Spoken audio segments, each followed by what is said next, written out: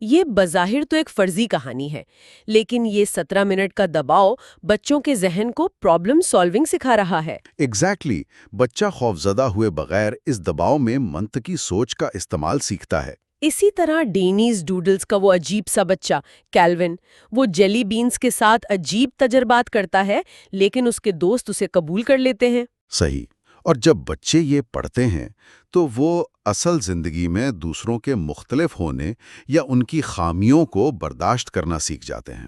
مطلب وہ ہنستے ہنستے ہمدردی اور مشکل وقت میں فیصلے کرنا سیکھ لیتے ہیں۔ تو اگر بچوں کی یہ کہانیاں وہ تجربہ گاہیں ہیں جہاں ہم دنیا کو سمجھنا شروع کرتے ہیں، تو جب ہم بڑے ہوتے ہیں تو کیا ہوتا ہے؟ پھر یہ تجربہ گاہ ختم نہیں ہوتی، بلکہ اور زیادہ شدید ہو جاتی ہے۔ اور یہی بات ہمیں بالغوں کے ادب، خاص طور پر اردو افسانے کی طرف لے کر آتی ہے، جہاں کردار معاشرے کا عکس بن جاتے ہیں۔ بالکل، اور اس پر جو تحقیقی مقالہ ہم نے دیکھا ہے وہ بتاتا ہے کہ اردو افسانے میں ناول کے برعکس جگہ اور الفاظ بہت محدود ہوتے ہیں۔ ہاں، اسی لیے افسانے میں کردار نگاری محض ایک بیانیہ نہیں بلکہ ایک بہت ہی نازک فن ہے۔ ایک ناول نگار کے پاس تو صفحات کی کوئی قید نہیں ہوتی، وہ ایک کردار کے پیدا ہونے سے لے کر اس کے بڑھاپے تک سب کچھ تفصیل سے بتا سکتا ہے، لیکن افسانہ نگار کے پاس یہ آزادی نہیں ہے۔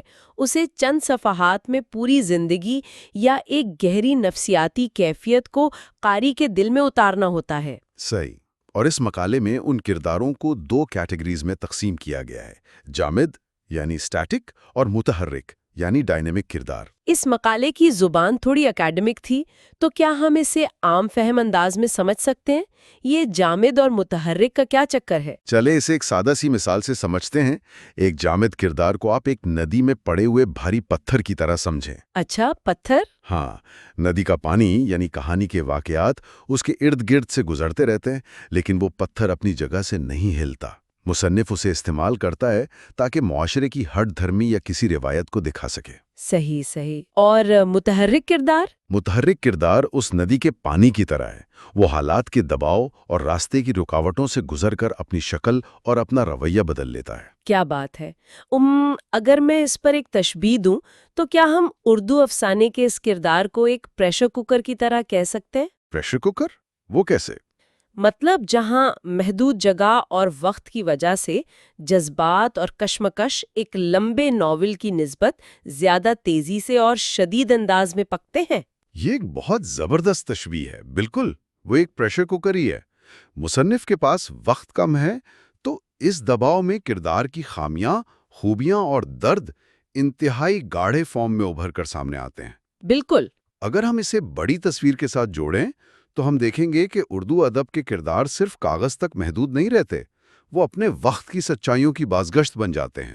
اور وہ ان نفسیاتی الجھنوں کی عکاسی کرتے ہیں جن پر عام زندگی میں لوگ بات کرنے سے کتراتے ہیں، اور جب ہم ان پریشر کوکر میں پکے جذبات کو پڑھتے ہیں تو وہ ہم پر گہرا اثر ڈالتے ہیں۔ اور پھر یہی کردار پڑھنے والے کی حقیقی زندگی، اس کے اپنے کردار کی تعمیر کرتے ہیں۔